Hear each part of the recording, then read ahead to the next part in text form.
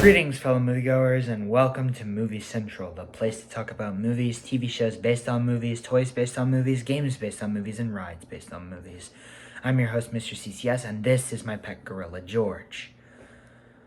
3 weeks back, I talked about the iconic horror science fiction movie directed by Ridley Scott, Alien. #shameless plug. Today, I'm going to be talking about its sequel, which is not only an iconic film, better than the first, but also one of the greatest action movies ever made. Alright, so the history of this film is a little complicated, to say the very least. The original Alien was a huge hit with critics and audiences. Fox knew that they had a hit on their hands and immediately greenlit a sequel. However, due to production issues, the movie was delayed and canceled multiple times, specifically because it seemed as if they couldn't crack a story. However, due to the success he had with The Terminator, James Cameron took it over and the project was officially in production. And boy, did it pay off. The movie did really well at the box office and with critics, solidifying it as one of the greatest sequels ever made. While you know my thoughts, why exactly do I think how I think? It's time to find out. This is the 1986 action movie, Aliens.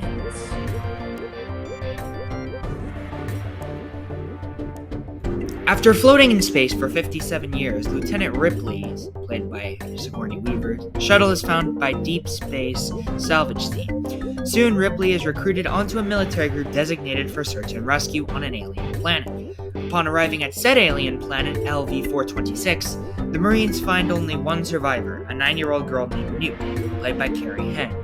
But even these battle-hardened Marines, with all the latest weaponry, are no match for the hundreds of aliens that have invaded the colony. This, as I said before, is better than the original movie, but it also achieves a few other awards for me. One of the best action movies ever made, one of the best sequels ever made, and one of my all-time favorite films. This and the first film are on my list, and will be until the day I leave this earth. They're both iconic, and they're both amazing. However, the reason I enjoy Aliens more than I do the original goes as follows. This film has a grander story, bigger stakes, and overall was a huge expansion on what the original brought us, hence why it's super iconic. With that said, what else makes Aliens the classic it is today, nearly 40 years later? Well, let's find out. In my review for the first film, I mentioned I liked Ripley as a character a lot. In this sequel, she is a lot more, and then some. She's stoic, she's a leader, and she even encompasses the qualities of a mother. She's really come a long way since her encounter with the alien in the first movie. Now, her main priority is to protect Newt, as well as battle an entire army of xenomorphs, but I'll get back to that in a minute. As far as Newt goes, she's the MacGuffin of the movie, but she really helps expand on Ripley's character development. You see Ripley alongside a group of soldiers and giving a no-nonsense attitude. And when Newt enters the picture, you see a different side to who she is, and that is great character development. Newt's a great foil to Ripley because it helps us see who Ripley can be when not in such a dire situation and being more of a motherly protective figure. The other two characters I want to talk about are Corporal Hicks and Bishop.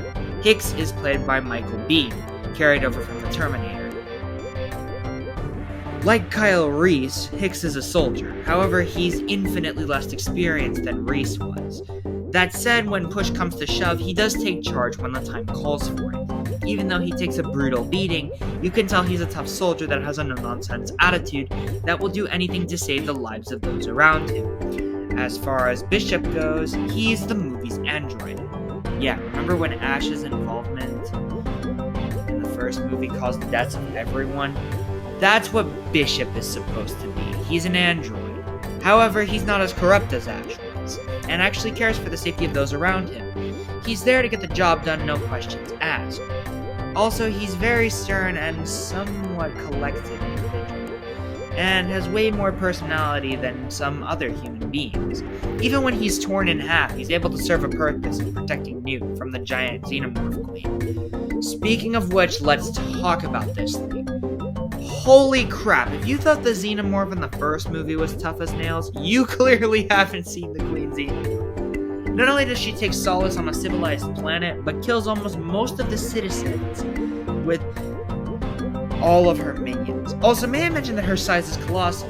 This is a beast you do not, under any circumstances, absolutely want to take. Unfortunately for our characters, that's exactly what happens. Thankfully, Ripley fights this thing off in a powerlifting suit and is able to kill it with one of the awesome lines in cinema history. Enough said. If you saw the first Xenomorph and thought that was something frightening, take a good long look at the Queen Xenomorph, and then we can talk, because this is quite the monster, if I do say so myself.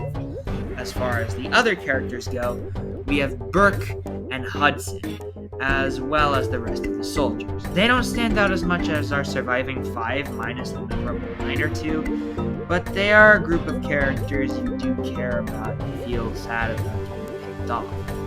Now, that's about it for the characters. So let's move on to the effects. Holy crap, this is very much an improvement over the original film.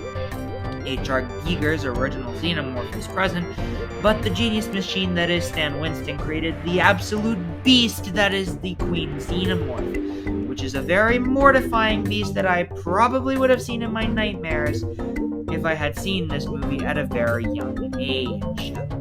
The effects are spot on, much like the other movies I covered this season. I just love how much exposure I've gotten to practical effects recently. As far as the music goes, the iconic James Horner composed this music this time. Horner always took his job very seriously, and he delivered a score that was frightening and suspenseful, much like Jerry Goldsmith before him. I'd argue it does way better than the original movie score because it also juggles in being an action score at the same time. Massive props to the late composer for doing such a great job with this score, without which we wouldn't have such an iconic movie. Finally, we come to the horror and the action. The horror from this movie comes from the idea of being stranded on a deserted planet where all of its inhabitants are dead, as well as the giant freaking monster that's below. I mean, come on! You're not meaning to tell me that you wouldn't be terrified of this thing. The highlight of the action, on the other hand, has to be the suspenseful escape and the final climactic battle between Ripley and the Queen Alien. It's an iconic scene due to the suspense and the tension, as well as due to the sheer amount of amazingness. This is one of the climaxes in all of cinema, and I don't put that lightly. So, there's not much else to say. Aliens is one of cinema's best sequels, as well as one of its best action movies, and one of the best goddamn movies. Definitely check this one out if you want to be scared and excited at the same time. I don't have much to say about this one other than the fact that it's so awesome, and I can't really do it that much more justice. Check it out! All I can give it is another perfect score, a 10 out of 10 for you.